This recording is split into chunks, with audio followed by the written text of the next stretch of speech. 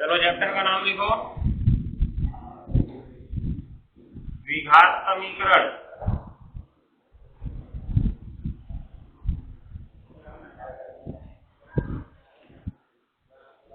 द्विघात समीकरण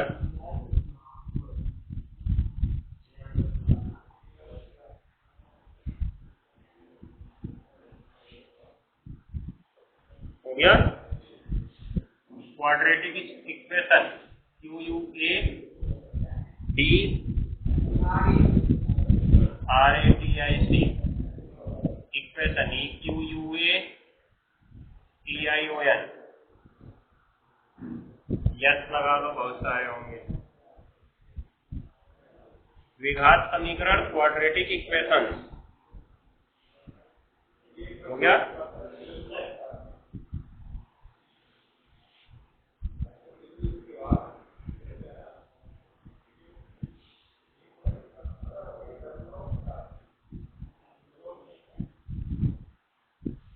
क्या कहा और कहा लिखा है? तो अभी देखो चैप्टर का नाम है द्विघात समीकरण। इसके ठीक पीछे हम लोग द्विघात बहुपद पढ़े थे, दूसरा चैप्टर पढ़े थे। ठीक उसी प्रकार का द्विघात समीकरण होता है। तो अगर समीकरण जानना है तो समीकरण में कितने पक्ष होते हैं? 2 पक्ष होते हैं, ठीक है। तो अगर हमारे पास कोई बहुपद है जैसे ax² + bx + c, इसके बराबर क्या कर दिया जाए? 0, अर्थात किसी द्विघात बहुपद के बराबर 0 कर दिया जाए तो हमको द्विघात समीकरण प्राप्त हो जाता है। समझ गए? तो लिखेंगे सबसे पहले हेडिंग द्विघात समीकरण, या तो पहले लिख लो समीकरण। पहली हेडिंग लिखो समीकरण, इक्वेशन। इक्वेशन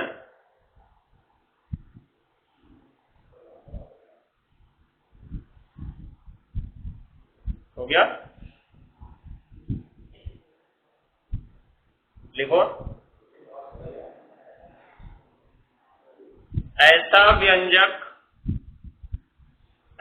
व्यंजक समीकरण की परिभाषा है ये। ऐसा व्यंजक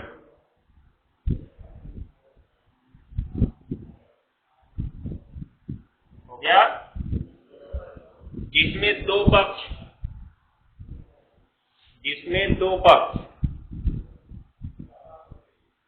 होते हैं, जिसमें 2 पक्ष होते हैं, जिसमें 2 पक्ष होते हैं, हो गया।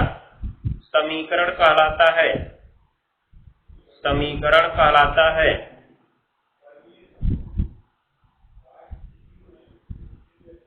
ऐसा व्यंजक जिसमें 2 पक्ष होते हैं समीकरण कहलाता है। हो गया। आगे बढ़ते हैं।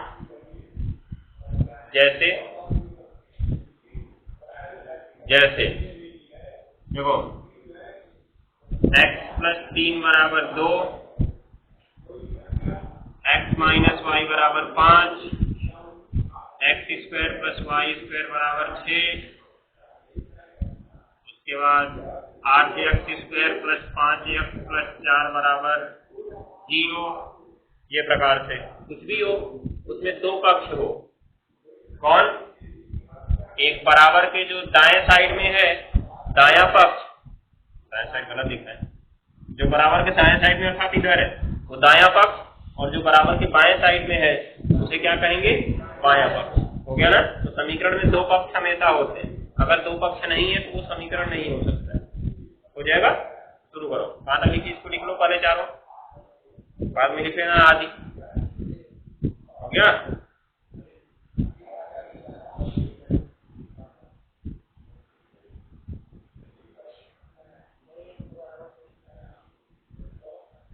x + 3 = 2,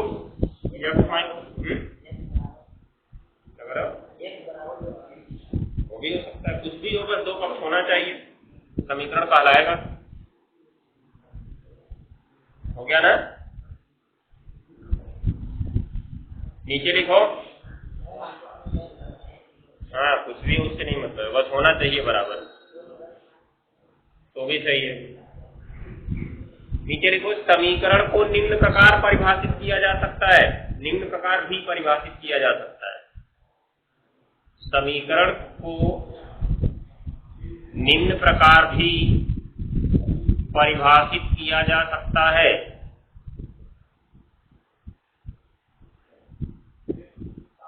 निम्न प्रकार भी परिभाषित किया जा सकता है। हो गया? समीकरण को निम्न प्रकार भी परिभाषित किया जा सकता है। देखो, एक समीकरण की परिभाषा और लिख सकते हो। किसी n घातीय बहुपद को,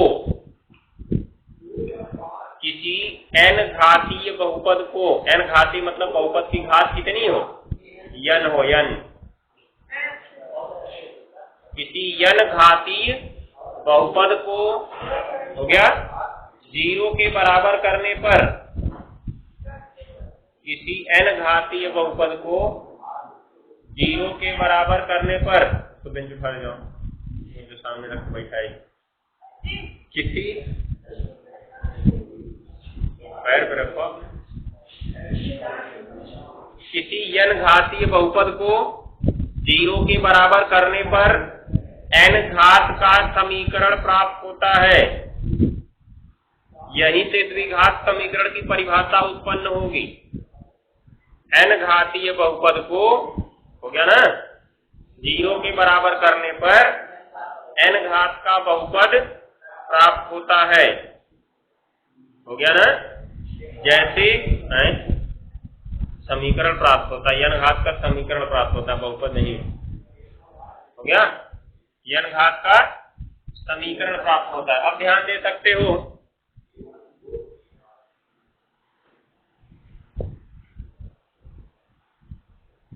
जैसे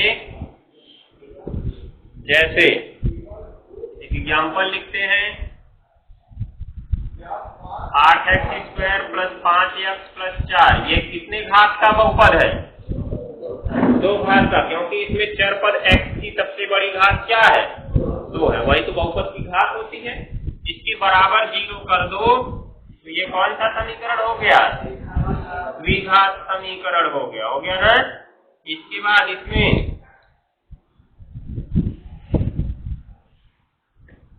देखो, अगर एक 4 घात वाला लिख दें, 8x4 + 3 = 0, ये कितने घात का है?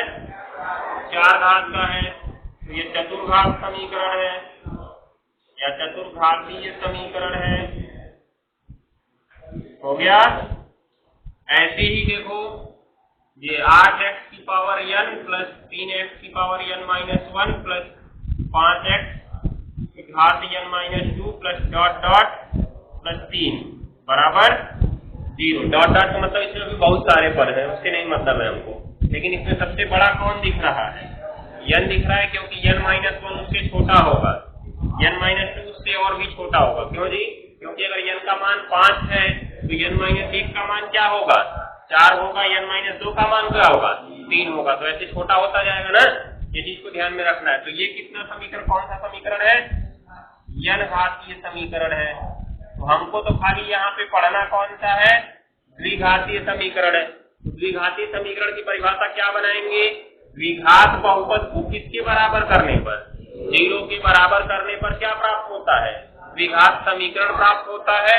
तो अब द्विघात बहुपद के बारे में जो नियम पढ़े थे वही फिर से पूरा यहाँ हमको अध्ययन करना है, बस साथ में बराबर 0 चलेगा। ठीक है? जैसे तुमसे हमने कहा था वहां द्विघात बहुपद का शून्यक ज्ञात करो। क्या ज्ञात करने को बोले थे? शून्यक। तो क्या करते थे? मध्य पद को बांटकर गुणनखंड निकालते थे, गुणनखंड को बारी बारी से 0 के बराबर करते थे कि नहीं करते थे? लेकिन यहाँ पे क्या रहेगा?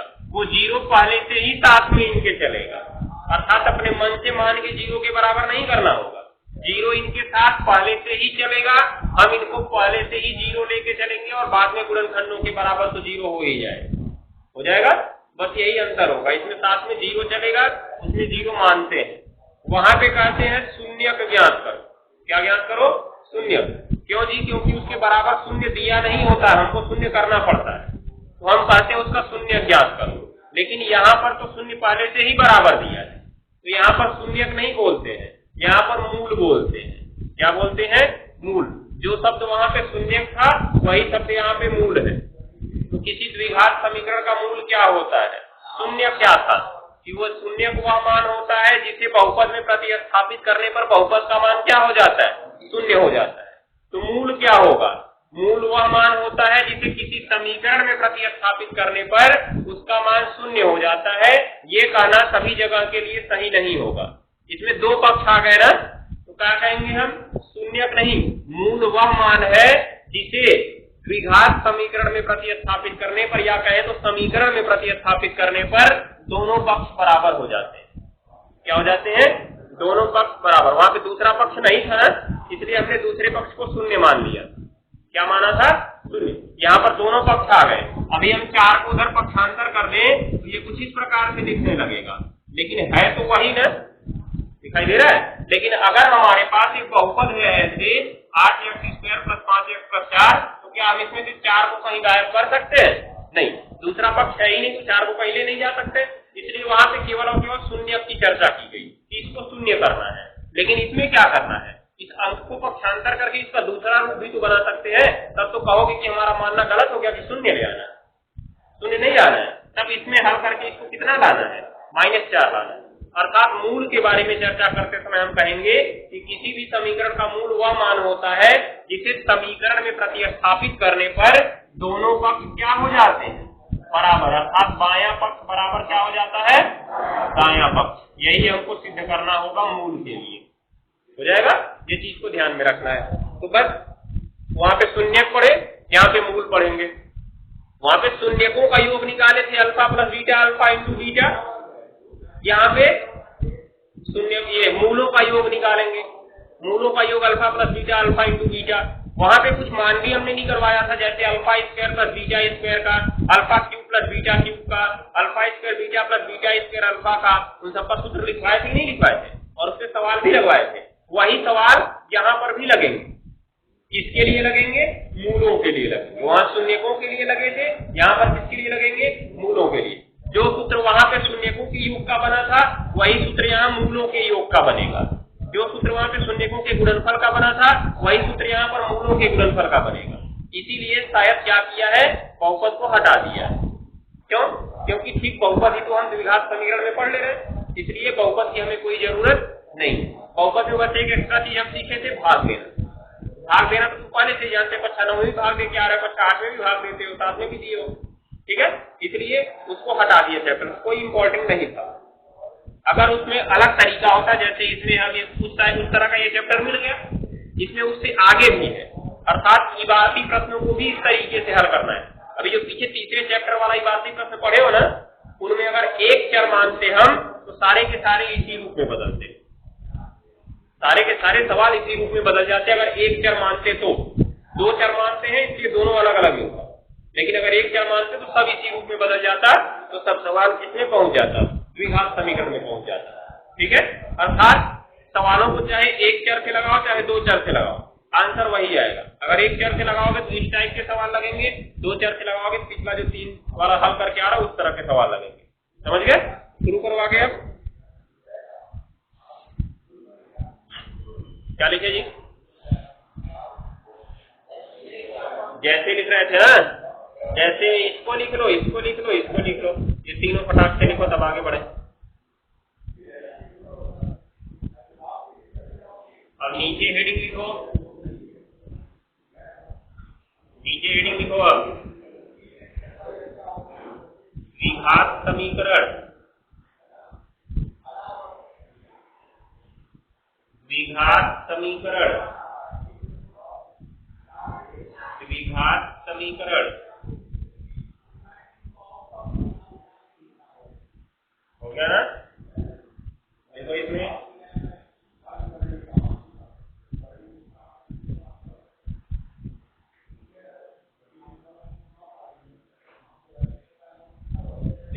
समीकरण में लिखो।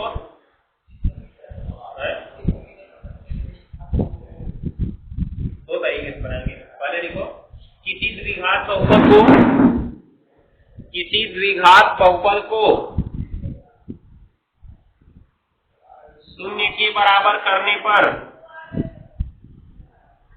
किसी द्विघात बहुपद को शून्य के बराबर करने पर द्विघात समीकरण प्राप्त होता है। किसी द्विघात बहुपद को शून्य के बराबर करने पर द्विघात समीकरण प्राप्त होता है। हो गया ना? अर्थात नीचे लाइन छोड़ के लिखना, अर्थात काली पेन से लिखना इसको। सही कर दो। अर्थात ऐसा समीकरण, अर्थात ऐसा समीकरण, अर्थात ऐसा समीकरण जिसमें चर पद की, जिसमें चर पद की सबसे बड़ी घात, सबसे बड़ी घात 2 होती है, जिसमें चर पद की सबसे बड़ी घात 2 होती है, जिसमें चर पद की सबसे बड़ी घात 2 होती है। हो गया? द्विघात समीकरण कहलाता है। यह परिभाषा तुमको याद रखनी है। चर पद की सबसे बड़ी घात 2 होती है, द्विघात समीकरण कहलाता है। हाँ तो और हो गया ना? अब जैसे जैसे देखो ये प्रकार से लिखते हैं 3x² प्लस 5x प्लस 8 बराबर 0। 3x² plus 5xy plus y² बराबर 0। ये देखो जब यही वाला लाए हो मिला नहीं है लाने के लिए एक चर पद का द्विघात समीकरण, इसमें केवल एक चर पद है। कौन सा? x। ये कितने चर पद का है? 2 चर पद का। 2 चर पद का द्विघात समीकरण हो गया। लिख लो जैसे करके।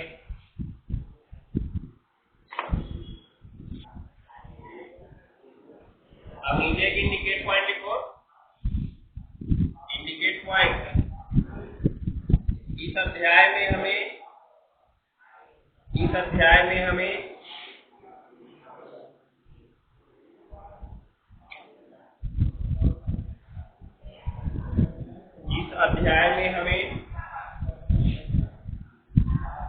केवल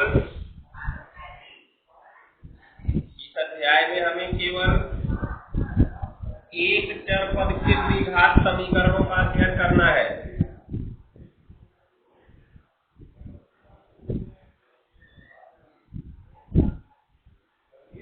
इस अध्याय में हमें केवल एक चर पद के द्विघात समीकरणों का अध्ययन करना है। हो गया? अर्थात हमको इसमें पहला टाइप पढ़ना है, दूसरा टाइप नहीं पढ़ना है। मतलब केवल एक चर पद दिया जाएगा यहाँ से अभ्यास में, केवल और केवल x या केवल और केवल y। ठीक है, ये याद रखना। चलो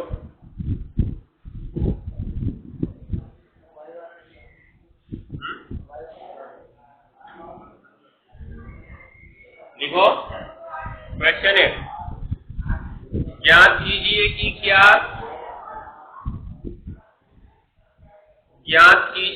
क्या निम्नलिखित व्यंजक द्विघात समीकरण है अथवा नहीं।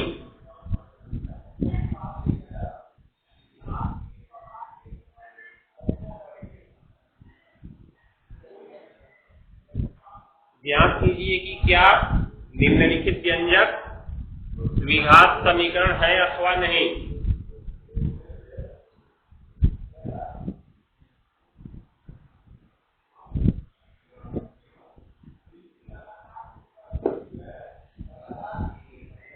पहला सवाल,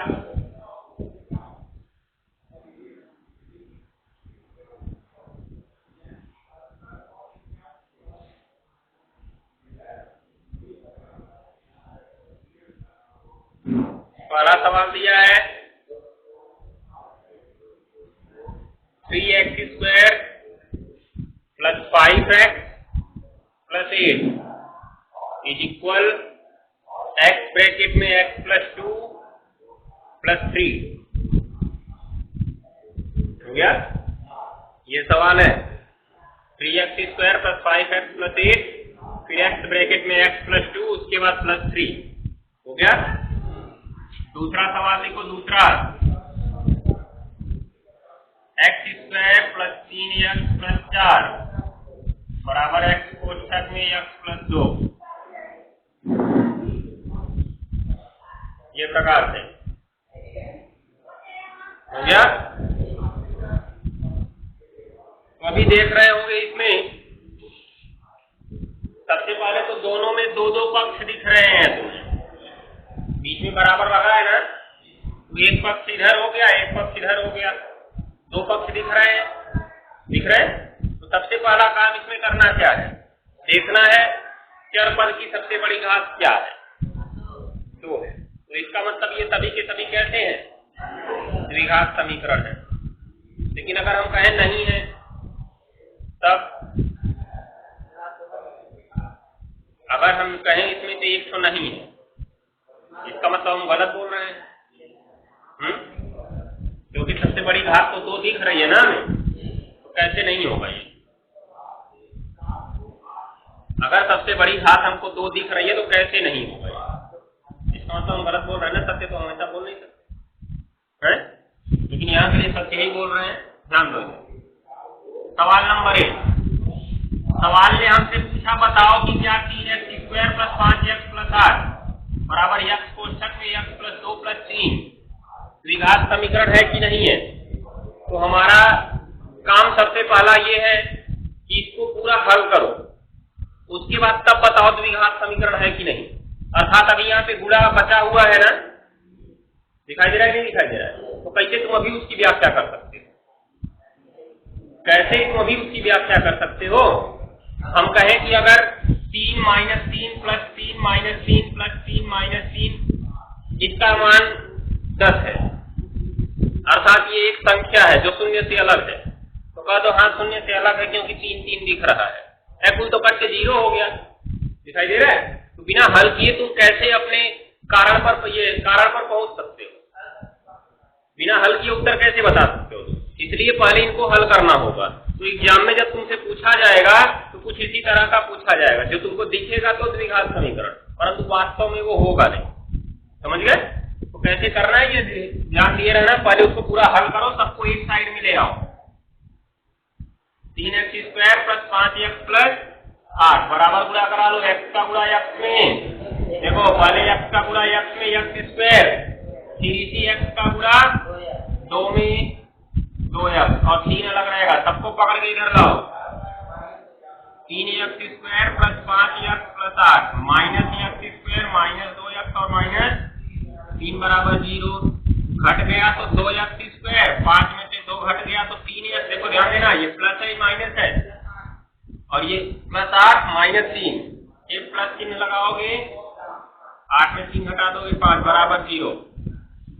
ये है द्विघात समीकरण, हो गया ना। ऐसे ही दूसरा करेंगे, देखो x square plus 3x plus 4 बराबर x ब्रैकेट में x प्लस 2, तो इसको ऐसे ही लिखना है, इसमें पूरा कराएंगे x स्क्वायर से x स्क्वायर और प्लस कितना है 2x, हो गया ना। पकड़ के लाओ सबको एक साइड में, x square plus 3x plus 4 minus x square और माइनस 2x बराबर 0। देखो x स्क्वायर से x स्क्वायर कट जाएगा, 3x में 2x घटा तो x और प्लस 4 बराबर 0, अर्थात ये नहीं है। ठीक है ना? बिना हल किए नहीं बता सकते हो, पहले हल करना होगा। प्रश्नावली 4A के प्रारंभिक 9 सवाल इसी रूल को फॉलो करेंगे। ठीक है, पहले 9 सवाल इसी रूल पे लगेंगे, बाकी के 4 सवाल तुम्हारा इबारती प्रश्न है, जिनमें केवल और केवल एक चर पद x मानना है, उसके आधार पर द्विघात समीकरण बनाना है। 2 चर पद मानते हो तभी कोई प्रॉब्लम नहीं है, क्योंकि शर्त ऐसी बनेगी कि एक चर पद को दूसरे में प्रतिस्थापित करने के बाद पुनः द्विघात समीकरण बन जाएगा। ठीक है, कोई परेशानी नहीं होगी, चाहे जैसे ही हल करो, चाहे x को y में रख के हल करो, चाहे y को x में हल करो, चाहे x y दोनों एक साथ रख के हल करो, तभी बनेगा द्विघात समीकरण ही अंत में जाने के बाद, चाहे x में बने चाहे y में बने। तो इन दोनों को नोट करो, बाकी चीजें देखते हैं।